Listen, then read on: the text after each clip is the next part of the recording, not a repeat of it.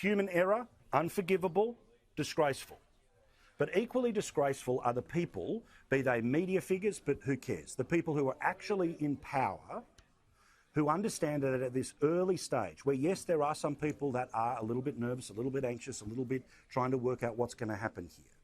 It is our responsibility, if we have access to a microphone or we are in a position of power, to be proportional, to explain when things are systemic versus human error problems.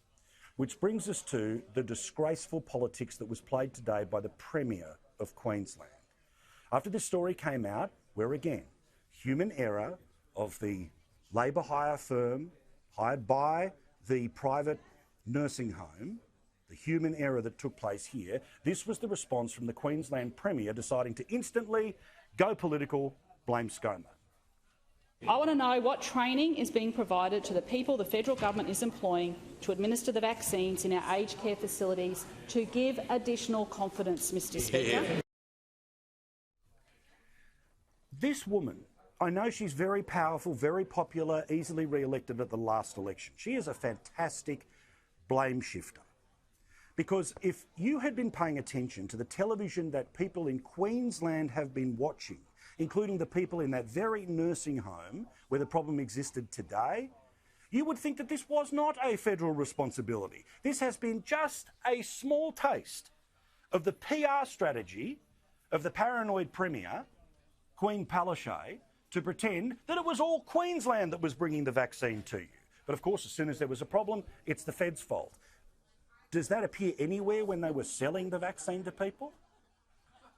With what's happening with the vaccine, and we have sent a senior Queensland official to be embedded down in the coordination unit. If Dr Young says it's safe to have the vaccine, I'll be having the vaccine. We're going to be rolling it out earlier, so we'll start rolling it out in February rather than in March. While we roll out the vaccine, we're going to be asking a lot of people to help administer this vaccine. And we're very, very good at getting people vaccinated in Queensland. We do it every single year. No asterisks, no if, muts, buts, maybes, no, oh, well, it's kind of ScoMo's fault. Look, this is big, it's complicated, there are going to be human error that take place. But the vaccine, that is not the problem. It's really good to hear that even when there has been human error, there is no adverse effect for those particularly elderly, particularly vulnerable people in Queensland. Now, because Annastacia Palaszczuk sets the tone of how politics is played and won in Queensland, can I introduce you to the grand dickhead that is Dr Stephen Miles. Now, Dr Stephen Miles, yes, was a former health minister, but his doctorate was not from being able to, well, put something in his hand and ask you to cough. No, his doctorate came in unionism. This bloke is a hardcore partisan. He's a Deputy Premier and presumably, if Palaszczuk decides to pull the pin at some point, he'll be the Premier of Queensland. Now, this bastard has gone out of his way to politicise at every single stage matters to do with coronavirus. Remember, he presided over a system that blamed people in regional Queensland for an outbreak that they did not deserve to be blamed for at all. Remember that garbage at the height of the pandemic where a bloke in his 30s had died of coronavirus? Only problem was he didn't. They all knew for days, but they didn't tell people for days. This is a bloke who has seen $500 million worth of bills rack up that went unpaid in the Queensland Health Service. Well, now he's left the health portfolio and now he's chief head kicker on his way to becoming Premier. This prick has decided to say that Queensland will not pay $30 million to New South Wales for the way they have been administering the hotel quarantine system, where they have taken the extreme bulk of the passengers, the extreme bulk of the risk, and they've had very few leaks at all, where the Premier knows proportionality is the way to play this.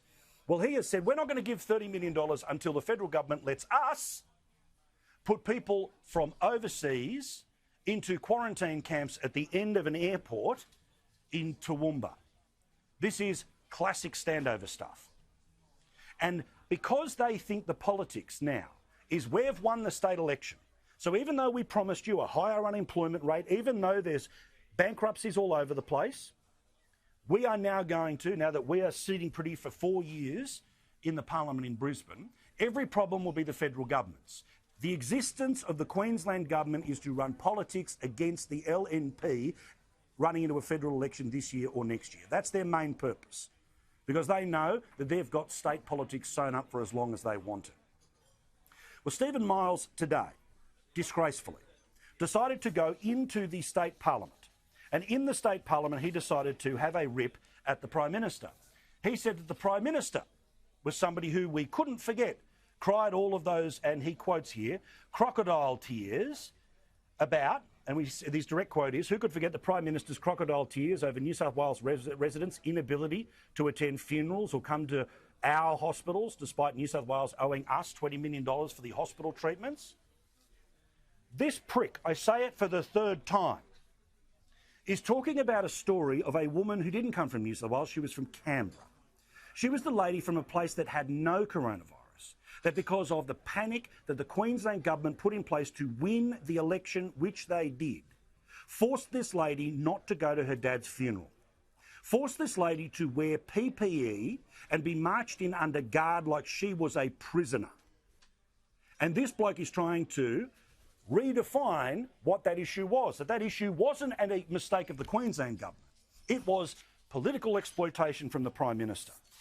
This bastard also makes reference to a couple from northern New South Wales whose baby was very crook just after being born. That baby was flown to the nearest major hospital that was in Queensland. The parents couldn't be with the potentially very ill kid. Yet this guy thinks that let's just get a little jab in there. The game they are playing in Queensland is dangerous. They are undermining the confidence of the vaccine. They are politicising human error that I have explained to you about what happened. And they are abusing a further time people who have not been able to be with their sick kids or be with their dying relatives so those assholes could win an election by the massive margin that they did. He's a disgrace. But are you surprised? He's just the understudy to the ultimate bullshit artist. People living in New South Wales, they have New South Wales hospitals. In Queensland, we have Queensland hospitals for our peoples.